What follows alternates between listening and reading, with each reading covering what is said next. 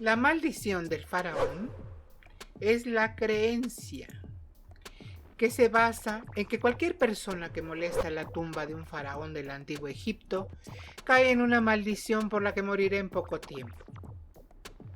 Existía la creencia de que las tumbas de los faraones tenían maldiciones escritas en ellas o en sus alrededores. En esta ocasión presentaremos la maldición del faraón. Yo soy Fanny Rosas y esto es Random Mundo Paranormal. Bienvenidos. Existía la creencia de que las tumbas de los faraones tenían maldiciones escritas en ellas o en sus alrededores, advirtiendo a aquellos que las leyeran para que no entrasen. La maldición asociada al descubrimiento de la tumba del faraón de la 18ª dinastía, Tutankamón, es la más famosa en la cultura occidental. Muchos autores, incluido el propio descubridor de la tumba, Howard Carter, niegan que hubiese una maldición escrita, pero algunos investigadores del caso aseguran que Howard Carter encontró en la antecámara un ostracón de arcilla o un sello en la pared cuya inscripción decía: la muerte golpeará con su miedo a aquel que turbe el reposo del faraón.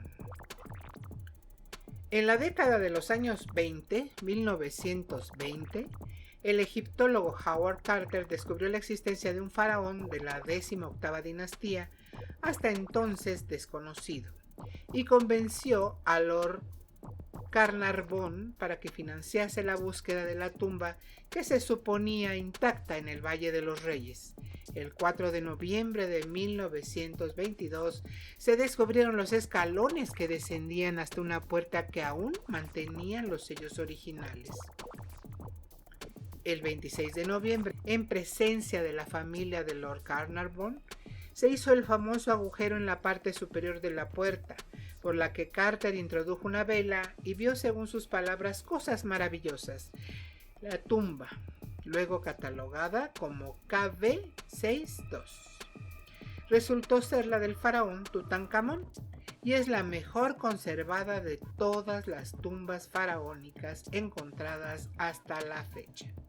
Carter llegó a la cámara real donde descansaba el sarcófago del faraón desde hacía 3000 años, y entonces empezaron a morir personas que habían visitado la tumba, lo cual es conocido popularmente como la maldición del faraón. Hay que recordar que Lord Carnarvon había sufrido un grave accidente de coche unos años antes, que le había afectado, entre otras cosas, a los pulmones, y vivía en Egipto porque el clima más seco era mejor para su salud. En marzo de 1923, 4 meses después de abrir la tumba, Lord Carnarvon fue picado por un mosquito, y poco después se cortó la picadura mientras se afeitaba, causándole una septicemia que se extendió por todo el cuerpo.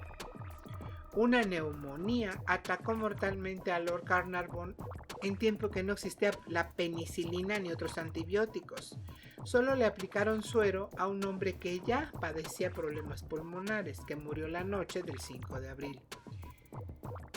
En el Cairo hubo un gran apagón que dejó oscuras la ciudad, pero momentos después regresó. En ese momento los familiares en el hotel se comunicaron con la empresa de electricidad sin recibir explicación del extraño fenómeno. Nuevamente no hay constancia documental de este apagón. A la muerte de Lord Carnarvon siguieron varias más. Su hermano Audrey Herbert, que estuvo presente en la apertura de la Cámara Real, murió inexplicablemente en cuanto volvió a Londres. Arthur Mace, el hombre que dio el último golpe al muro para entrar en la Cámara Real, murió en el Cairo poco después sin ninguna explicación médica. Sir Douglas Reid, que radiografió a la momia de Tutankamón, enfermó y volvió a Suiza, donde murió 2 meses después. La secretaria de Carter murió de un ataque al corazón y su padre se suicidó al enterarse de la noticia. Lo incluyeron en la maldición a pesar de que ni siquiera estaba relacionado con la tumba ni haberla visitado. Un profesor canadiense que estudió la tumba con Carter murió de un ataque cerebral al volver a El Cairo. Al proceder a la autopsia de la momia se encontró que justo donde el mosquito había picado a Lord Carnarvon, Tutankamón tenía una herida. Otra cuestión muy dudosa, ya que no hay referencias conocidas. Este hecho dispara aún más la imaginación de los periodistas, que incluso dieron por muertos a los participantes en la autopsia. En realidad, excepto el radiólogo, los demás miembros del equipo vivieron durante años sin problemas, incluido el médico principal. El mismo descubridor de la tumba, Howard Carter, murió por causas naturales muchos años después. A principios de la década de los 30, los periódicos atribuyen hasta 30 muertes a la maldición del faraón. Se llegó a decir que Carter había muerto ya que encontraron una esquela de alguien con su nombre en un periódico, cosa que él mismo demostró que no era cierta, pues seguía vivo. Aunque muchas de ellas eran exageraciones, la casualidad parece insuficiente para explicar a las demás. Aunque muchas veces olvidamos de que la ciencia médica actual ha avanzado infinitamente sobre la de esa época. La penicilina comenzó a usarse en hospitales en los años 40. La falta de más escándalos y muertes extraños disipó poco a poco el interés de los periodistas en los siguientes 30 años. En la época de los 60 y 70, las piezas del Museo Egipcio del Cairo se trasladaron a varias exposiciones temporales organizadas en museos europeos. Los directores del museo entonces murieron poco después de aprobar los traslados, y los periódicos ingleses también extendieron la maldición sobre algunos accidentes menores que sufrieron los tripulantes del avión que llevó las piezas a Londres. La última víctima atribuida a la maldición fue Ian McShane, ya que poco antes de comenzar la filmación de la película de 1980 La maldición de Tutankamón, protagonizada por Raymond Burr, en donde participaba en un papel secundario, su coche se salió de la carretera y se rompió gravemente una de las piernas, debiendo ser reemplazado en la película. ¿Pero qué nos dice Wikipedia en la explicación de la maldición? La explicación más común a la maldición de los faraones es que fue una creación de la prensa sensacionalista de la época. Un estudio mostró que de las 58 personas que estuvieron presentes cuando la tumba y el sarcófago de Tutankamón fueron abiertos, solo 8 murieron en los siguientes 12 años. Todos los demás vivieron más tiempo, incluyendo el propio Howard Carter, que murió en 1939. El médico que hizo la autopsia a la momia de Tutankamón vivió hasta los 75 años. ¿Y tú qué opinas de las maldiciones? A través del tiempo se ha hablado de que las personas que enterraban a los faraones con todas sus cosas ponían cierta hierba, ciertas sustancias para que cuando la tumba fuera abierta el que lo hiciera muriera al instante. Sin embargo, esto no ha sido confirmado. ¿Tú qué opinas? ¿Existirá realmente la maldición del faraón? En resumidas cuentas, la creencia de la maldición de Tutankamón se fue haciendo cada vez más sólida y los periódicos sensacionalistas del momento difundieron la leyenda a lo largo de la década de los años 20, llegando así hasta nuestros días. El éxito de tal creencia se atribuye a la imaginación de Arthur Conan Doyle, creador de Sherlock Holmes y escritor de gran influencia en su época.